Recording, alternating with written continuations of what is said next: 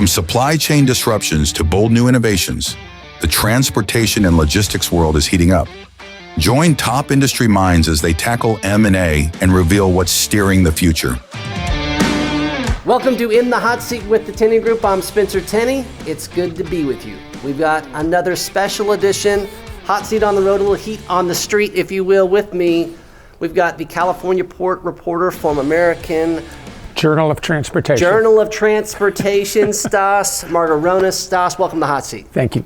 All right, so I really appreciate your writing. You've been doing some fantastic stuff, even in the last couple of weeks. But before we get into some of your current reporting, what's been one takeaway from IANA that you can share with us? Uncertainty. There's a lot of concern about the tariffs and the uncertainty that's creating for both imports and exports. Definitely a little somber here at certain times. A lot of things to be excited about as well. Your most recent article, tell us the title of that. You literally just a couple of hours ago. Tell us about it. Yeah, uncertainty dogs the IANA 2025 convention. And the focus is tariffs, correct? Yeah, it is. Okay, so what are some of the themes that you're expressing in that article, and why is it important to our audience? What do they need to know? Well, what they need to know is that there's going to be an economic downturn because our ability to import and export has been adversely impacted by the tariffs. And the problem right now is that earlier in the year, there was a lot of so-called front loading. People ordered a lot of stuff in advance of tariffs that were raised by the Trump administration. Those are already ordered. The Christmas season, the peak season that we usually have this time of year, that merchandise has already landed because it came in anticipation of higher tariffs with Asian and European partners. The problem right now is that that landscape keeps changing. And as it changes, because the Trump administration imposes new tariffs, people don't know whether to buy or not to buy, and who to buy and who not to buy. That's a lot. That's a lot right there, sir. So you've also been talking to a lot of different CEOs, different leaders over the last couple of days. How are they dealing with this uncertainty? Well, uncertainty creates uncertainty. So, there you go. You know, people don't know what to do. And I think that's the real frightening thing, Spencer. It is when you don't know what to do. If you've got a problem and you know, well, I could pull back, or you've got an opportunity, you can go forward, you know which direction to go. But when you don't know where to go, that's when it gets tricky. Well, you mentioned the word frightening, and speaking of frightening, I read your article about the Anthropic AI last week. Yeah. Wow. Tell our audience because a huge theme and even one of the sessions today was focused on cargo theft. Right. Tell us about what's happening, how AI is influencing cargo theft, and how Anthropic is involved. Okay. I don't mean directly. Okay. to be clear. Right.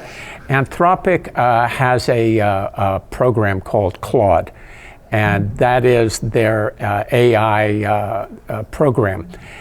Claude has been used. The company disclosed in August, Anthropic disclosed in August, that a threat actor, a bad actor, used their Claude code to create a new program that allowed them to do 17 simultaneous attacks, criminal attacks, in the same month in different industries and probably in different locations. They didn't identify where this threat actor was, but the fact that software, that AI now can be used.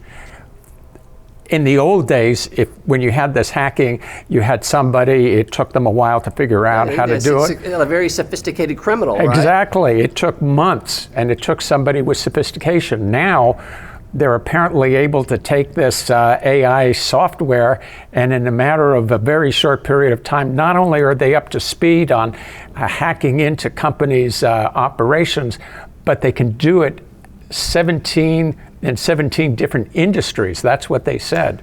Now, we were already worried about knuckleheads in our world. Now we have to be worried about knuckleheads with the power of AI moving at the speed of thought with their ideas. That is frightening. So what's one thing that you can point to that you're excited about for our industry moving forward? Well, what I'm excited about is that there was a real hope that we would have new shipbuilding in the United States. And for a lot of our trade going for imports and exports, we are putting our cargoes on foreign flag vessels, and we do need to have more of our own. And I think the Trump administration is right. I think President Trump has championed that. And I think that there was a very good prospect for that. We had an agreement with Korea to invest $150 billion. Now, even if all of that money didn't come in, Korean companies have been investing in U.S. shipyards. So there's some good progress there, and it's very good news. Now, unfortunately, Don't do that. 2 weeks ago, ICE decided to raid a Hyundai battery plant in Georgia, and they put in handcuffs a number of Korean executives. That has created a firestorm in Korea, and Hyundai is also a big shipbuilder. And in Korea, the image of an executive being let out in handcuffs under any circumstance is not good.